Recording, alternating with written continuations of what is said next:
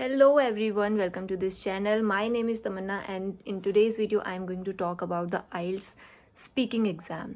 तो प्रॉब्लम क्या आती है स्पेशली हम इंडियन स्टूडेंट्स को कि इंग्लिश हमारी फर्स्ट लैंग्वेज है नहीं, तो आइल्स के बाकी मॉड्यूल्स तो हम कर लेते हैं, रीडिंग लिसनिंग हम थोड़ा बहुत पढ़ के कर लेते हैं, बट जहाँ पे मार्क्स नहीं आते वो सेक्शन होता है हमारा राइटिंग सेक्शन और स्पीकिंग सेक्शन। अब बहुत सारे बच्चों की इंग्लिश भी अच्छी होती है कि हम 2 मिनट हमने कॉन्टीन्यूस बोला भी, हम फ्लुएंट भी रहे, हमारी इंग्लिश भी ठीक थी, बट फिर भी 6-7 बैंड्स नहीं आ रहे। तो प्रॉब्लम क्या है कि हमें मार्किंग पैटर्न का ही नहीं पता होता कि जब आईडीपी आइल्स जब हमारे एग्ज़ाम को इवेल्युएट कर रहे हैं, असेस कर रहे हैं, तो वो किस बेसिस पे वो मार्क्स दे रहे हैं। This you should know about very firstly, क्योंकि जब आप मार्किंग पैटर्न को डिटेल में देखोगे ना, तो फ्लुएंटली बोलने के और करेक्ट इंग्लिश बोलने के तो बस 2 या 3 बैंड्स होते हैं, तो बाकी के वो 5-6 बैंड्स किस चीज़ के होते हैं ये आपको सबसे पहले पता होना चाहिए। तो आइल्स के जो सारे मॉड्यूल्स होते हैं, 4 मॉड्यूल्स होते हैं, रीडिंग लिसनिंग राइटिंग स्पीकिंग, सारे 9-9 बैंड्स के होते हैं। सबका जब रिजल्ट आ जाता है तो ऑन एन एवरेज 9 में से आपको आपका फाइनल बैंड स्कोर दे दिया जाता है, ठीक है। अब जो स्पीकिंग वाला एग्ज़ाम है इसमें भी 9 बैंड्स को उन्होंने स्प्लिट किया हुआ है कि ये किस चीज़ के 9 बैंड्स होंगे। तो सबसे पहली चीज़ जिसके मार्क्स आपको मिलते हैं वो होता है फ्लुएंसी एंड कोहेरेंस, ठीक है। दोनों वर्ड्स का पहले मतलब समझना क्या होता है। फ्लुएंसी यानी कि आप कितना फ्लुएंटली आप बोल पा रहे हो, कितनी बार आपने अपने आप को करेक्ट किया है बोलते टाइम कि नहीं ये नहीं, ये चीज़ ऐसे, कितनी बार आपने वर्ड्स को रिपीट किया है, जैसे कई बार हम एंड बोलते रहते हैं, एंड देन दिस, है ना। कितनी बार आपने पॉज लिए हैं, कितनी बार आपने रिपीट किया है। ऐसा नहीं है कि आप पॉज ले नहीं सकते, आप ले सकते हो, बट अब कोहेरेंस की बात करते हैं। कोहेरेंस का मतलब अगर मैं आपको बिल्कुल बेसिक लैंग्वेज में बताऊं तो कोहेरेंस मतलब कि किसी चीज़ को स्टोरी की तरह कन्वे करना, है ना। आपको कोई क्यू कार्ड मिल गया कि आपको किसी बिजनेसमैन के बारे में बोलना है जिसकी वजह से आप बहुत ज़्यादा कभी मोटिवेट होते हो या इंस्पायर होते हो। अब मान लो आपको यही चीज़ इंग्लिश में समझानी है आपके किसी फ्रेंड को, तो आप कैसे समझाओगे। आप बिल्कुल बेसिक से स्टार्ट करोगे कि यार वैसे तो बहुत सारे सेलिब्रिटीज़ मोटिवेशनल स्पीकर हैं, बट एक है जिसको मैं बहुत टाइम से फॉलो कर रहा हूँ and I really admire him. एक इंट्रो दे दोगे, उसका नाम ये है, मान लो संदीप महेश्वरी है, उसका नाम ये है, वो यूट्यूब पे वीडियोस बनाता है, काफ़ी मोटिवेशनल वीडियोस होती हैं। जब भी मैं डाउन फील करता हूँ तो मैं उसकी वीडियोस देख लेता हूँ, इसलिए मेरे को वो काफ़ी पसंद है। तो क्या हुआ कि एक स्टोरी की कनेक्टिविटी सी बन गई, है ना। बीच में आप ऐड कर सकते हो, वो यहाँ रहता है, उसका थोड़ा सा डिस्क्रिप्शन दे दिया, तो एक कनेक्टिविटी सी बन जाती है कि सामने वाले बंदे को समझ आ रहा है आप किस बारे में बात कर रहे हो। बट हम आइल्स में क्या करते हैं, आइल्स में जब हमें टॉपिक दे दिया जाता है बोलने को, तो हमें फिर ये रहता है कि बस हमें 2 मिनट ख़त्म करने हैं और 2 मिनट हमें इंग्लिश में कुछ भी बोलना है। तो हम क्या करते हैं, he is a nice person and he is really motivating, he make videos, his videos are motivating. तो होता क्या है कि कनेक्टिविटी ख़त्म हो गई, है ना। उस बात का कोई आपस में कोई सेंस नहीं बना कि आपने कहाँ से शुरू किया, कहाँ ख़त्म हुआ, वो कनेक्टिविटी ख़त्म हो गई। तो जब आपकी कनेक्टिविटी ख़त्म हो जाती है, आपके कोहेरेंस के मार्क्स वहीं चले जाते हैं। तो कोहेरेंस इज़ बेसिकली आपको सामने वाले पर्सन को ऐसे ट्रीट करना है कि मुझे शुरू से एंड तक इसको ये स्टोरी बतानी है जो भी इसने मुझे टॉपिक दिया है, एंड फिर मुझे वो कंक्लूड कर देनी है। डन। अब चीज़ों को आपस में कनेक्ट करने के लिए you should use some connectors, क्योंकि कनेक्टर्स यूज़ करने के भी मार्क्स मिलते हैं। कनेक्टर्स हो गए जैसे आपके, मान लो आप किसी एक चीज़ के बारे में बता रहे हो, देन यू आर सेइंग कि इसके साथ एक और चीज़ भी है, तो 2 लाइन्स के बीच में ऐड कर दो बिसाइड्स दिस, कि ये तो एक फैक्ट है ही, साथ में ये भी एक फैक्ट है। Besides this, not only but also, although, मतलब काफ़ी सारे कनेक्टर्स होते हैं, काफ़ी सारे तो नहीं, मतलब 10-15 कनेक्टर्स ऐसे हैं जो आपके हर आइल्स स्पीकिंग और राइटिंग में फिट हो जाते हैं। अब वो एग्ज़ाम के टाइम पे कैसे निकलेंगे, उसके लिए आपको करनी पड़ेगी प्रैक्टिस। 10-15 कनेक्टर्स याद करो, हर कनेक्टर पे एटलीस्ट 15-20 सेंटेंस बना के देखते रहो एंड ट्राई करते रहो। You know, it comes with practice only, और कोई तरीका नहीं है इसका। ये हो गया आपका पहला पार्ट, फ्लुएंसी एंड कोहेरेंस, जिसके आपको मार्क्स मिलते हैं। सेकेंड चीज़ होती है आपके पास लेक्सिकल रिसोर्स। लेक्सिकल रिसोर्सेज के भी 2-3 बैंड्स होते हैं एग्ज़ाम में। लेक्सिकल रिसोर्सेज क्या होते हैं समझते हैं। लेक्सिकल रिसोर्सेज में पहली चीज़ तो वो ये चेक कर दें कि आप जो वर्ड्स यूज़ कर रहे हो वो कितने एक्यूरेट हैं और कितना वो सिचुएशन के साथ जा रहे हैं, मतलब सिचुएशन में वो सूट करने चाहिए वो वर्ड्स, ऐसे नहीं कि इंग्लिश का कुछ भी वर्ड उठा के कहीं भी फिट कर दिया। सो कितने आपकी जो वर्ड्स सिलेक्ट करने की जो चॉइस है वो कितनी डाइवर्स है और कितनी एक्यूरेट है, ठीक है, पहली चीज़ हो गई। सेकेंड, लेक्सिकल रिसोर्सेज में आप कह सकते हो कि थोड़े से इडियमेटिक लैंग्वेज, उन्होंने अपने बेंडिंग पैटर्न में मेंशन भी किया हुआ है कि इडियमेटिक लैंग्वेज यूज़ करने के भी आपको मार्क्स मिलते हैं। इडियम्स क्या होती हैं? इडियम्स आर लाइक जैसे हिंदी में मुहावरे होते हैं कि किसी बात को बोलने के लिए you are indirectly using a sentence, है ना, तो ऐसे ही इंग्लिश में भी कुछ होते हैं। फॉर एग्जाम्पल मान लो आपका टॉपिक आ गया कि आपको टेक्नोलॉजी के बारे में बोलना है, टेक्नोलॉजी का आपका क्यू कार्ड है, 2 मिनट आप टेक्नोलॉजी के बारे में बोलो।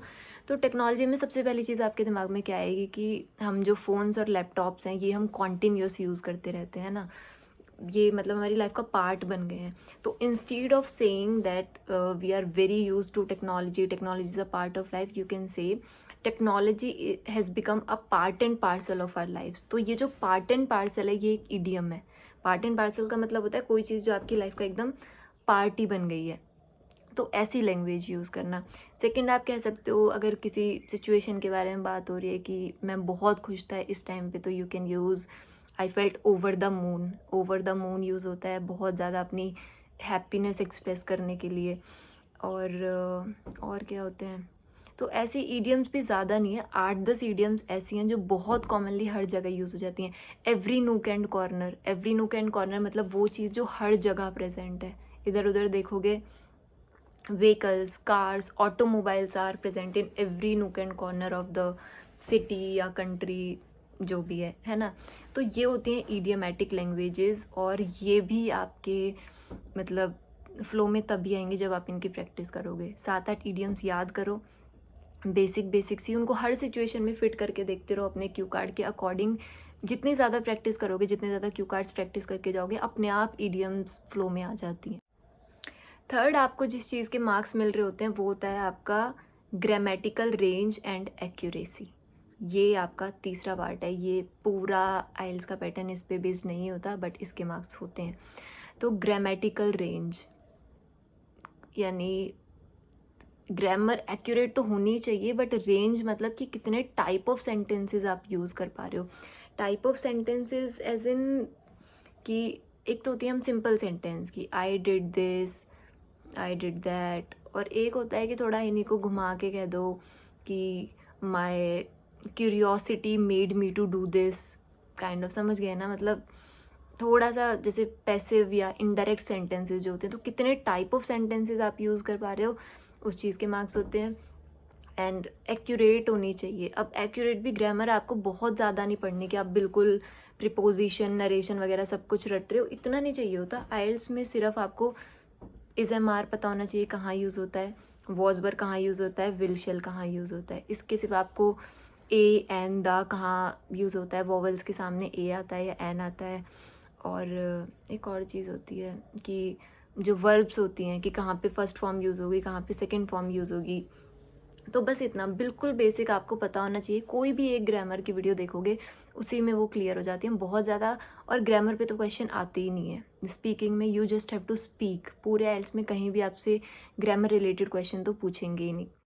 तो पूरे एग्ज़ाम में ग्रामर आपकी एक्यूरेट होनी चाहिए। आपको पता होना चाहिए कि अगर आपसे क्यू कार्ड में कोई सिचुएशन ऐसी पूछी है कि जो पास्ट के बारे में है, कि किसी टाइम के बारे में बताओ जब आपको ऐसा फील हुआ है या कभी ऐसा हुआ है, तो मेक श्योर कि जो आप आंसर जब आप अपना डिलीवर कर रहे हो वो पूरा पास्ट टेंस में कर रहे हो, है ना।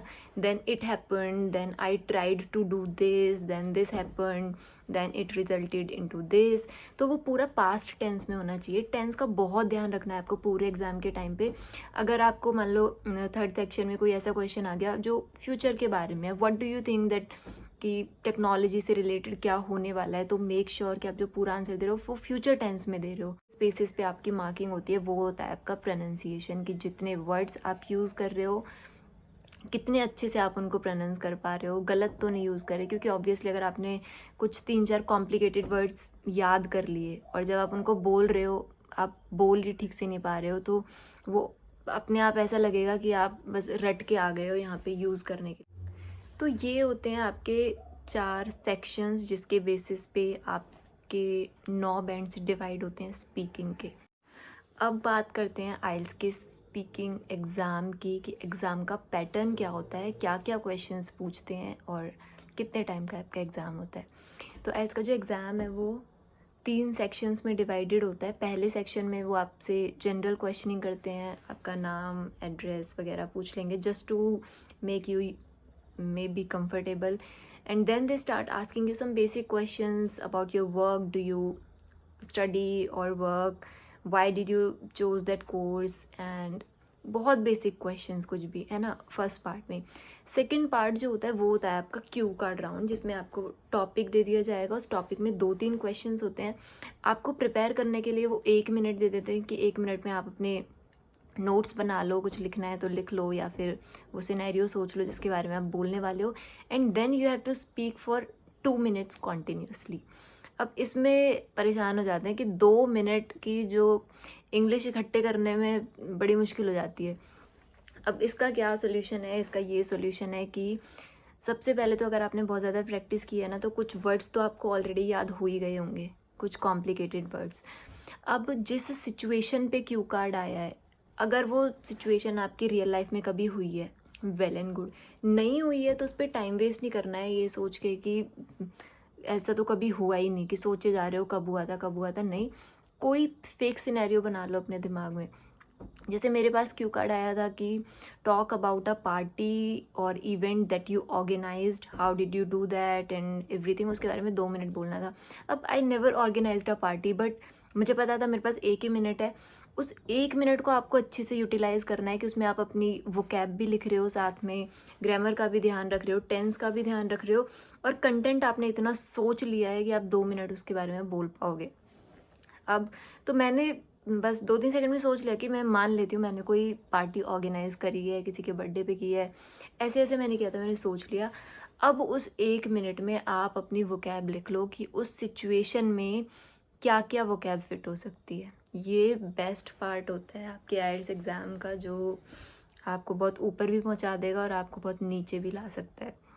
You have to utilize it very carefully, है ना। इसमें ईडियम्स लिख लो साथ में। आपने 10 ईडियम्स मतलब याद किया ना तो 2-3 तो फिट हो ही जाएंगे, एटलीस्ट 2 तो फिट हो ही जाती हैं क्यू कार्ड में। अगर आपने 10 कॉम्प्लिकेटेड से वर्ड याद किए हैं तो 2 तो फिट हो ही जाएंगे। तो इसमें क्या होता है, जब आप 2 मिनट में जब आप बोलोगे ना, आप वो नोट्स देख सकते हो, आप देख के बोल सकते हो। तो उसमें आपका लेक्सिकल रिसोर्सेज वाले आपके मार्क्स बढ़ जाते हैं, रेंज के मार्क्स बढ़ जाते हैं, वोकैब के मार्क्स आपको मिल जाते हैं, इडियम्स के मार्क्स मिल जाते हैं। तो ये बहुत एक कह सकते हो कि स्कोरिंग पार्ट होता है एग्ज़ाम का, अगर आप इसको अच्छे से यूटिलाइज़ करो। और ये यूटिलाइज़ तभी होगा जब आप प्रैक्टिस करोगे चीज़ों की ज़्यादा से ज़्यादा। पार्ट एंड थर्ड पार्ट में भी क्वेश्चंस ही होते हैं। वो मतलब वो क्वेश्चंस थोड़े से कॉम्प्लिकेटेड होते हैं, बेसिक नहीं होते। कई बार वो समझ भी नहीं आते। अगर आपको एग्ज़ाम के टाइम पे कुछ समझ नहीं आ रहा है, you can ask them to, you can say pardon, can say sorry I didn't get the question, can you please repeat. तो उसके कोई मार्क्स नहीं कटते, यू कैन आस्क। अब अगर मैं ड्यूरेशन की बात करूँ तो ये पूरा एग्ज़ाम ही 10 से 15 मिनट का होता है। सारे सेक्शन आपके 4-4, 5-5 मिनट में ख़त्म हो जाते हैं बड़े इजीली। 15 मिनट्स भी लाइक मैक्सिमम, इतना भी नहीं चलता शायद। तो अब बात आती है कि इस एग्ज़ाम के लिए प्रिपेयर कैसे करें, कहाँ से शुरू करें, कैसे कितने टाइम पहले प्रिपेयर कर लेना चाहिए, एंड एग्ज़ाम के लिए प्रिपेयर कैसे करें, कितने टाइम पहले प्रिपरेशन स्टार्ट करनी चाहिए, कहाँ से पढ़ें, क्या पढ़ें। ठीक है, तो स्टार्ट करते हैं। तो सबसे पहले आपको करना क्या है, आपको लेने हैं कुछ पुराने मॉड्यूल्स। आई विल सजेस्ट कि आइल्स के 16-17 करने की बजाय स्टार्ट करो 4-5 से, क्योंकि वो कंपैरेटिवली इजी होते हैं एंड वहीं से ज़्यादा क्वेश्चंस आते हैं, मुझे ऐसा लगा। तो पुराने मॉड्यूल्स उठाओ, 4, 5, 6, 7, 8 जो कैम्ब्रिज की बुक्स हैं। क्यू कार्ड देखो, ट्राई करो बोलने की। स्टार्टिंग में ऐसा होगा, और ये मत सोचो कि बस तुम्हारी इंग्लिश ठीक नहीं, जिनकी इंग्लिश ठीक भी होती है वो भी नहीं बोल पाते क्यू कार्ड देख के, क्योंकि नहीं आता कॉन्फिडेंस। वो टाइम के साथ, प्रिपरेशन के साथ आएगा। गलत बोलते रहोगे, साथ में अब वेट करो, सोचो कि इस सिचुएशन में तुम क्या बोल सकते हो। वो सेंटेंसेस को, टॉपिक्स को लिख लो कि मान लो ये सिनेरियो होगा जो भी, अब उस सिनेरियो के बारे में फिर से बोलने का ट्राई करो। एक एक क्यू कार्ड, ट्रस्ट मी, मैं भी जब करती थी, ऑल्दो मेरी इंग्लिश काफ़ी ठीक थी, बट मैं भी जब एक एक क्यू कार्ड करती थी तो 20-20, 25-25 बार आई यूज़ टू ट्राई, चाहे वो 2 ही मिनट का क्यू कार्ड है, 25 बार, 30 बार, जब तक उसमें बिल्कुल कॉन्फिडेंस ना आ जाए कि अब तुम इसको फ्लुएंटली बोल पा रहे हो, तब तक उसको मत छोड़ो, ट्राई करते रहो। लाइन्स याद नहीं आ रही, रुक जाओ, बैठ जाओ, सोच लो कि अब क्या बोलना है, फिर कुछ वर्ड्स लिख लो, सिचुएशन लिख लो, है ना। ट्रांसलेट नहीं कर पा रहे तो उसको ट्रांसलेट कर लो साथ में, फिर उसको ट्रांसलेट करके लिख लो, पॉज लो, नोट्स बन गए, फिर ट्राई करो 2 मिनट के लिए। तो ऐसा करोगे, जब हर क्यू कार्ड को 20-20, 25-25 बार ट्राई करोगे, जब तक कॉन्फिडेंस नहीं आता, एक टाइम के बाद कॉन्फिडेंस आ जाएगा। एक टाइम के बाद यू विल रियलाइज़ कि सेम ही लाइन्स हैं जो हर जगह यूज़ हो रही हैं, हर क्यू कार्ड में जो यूज़ हो जा रही हैं।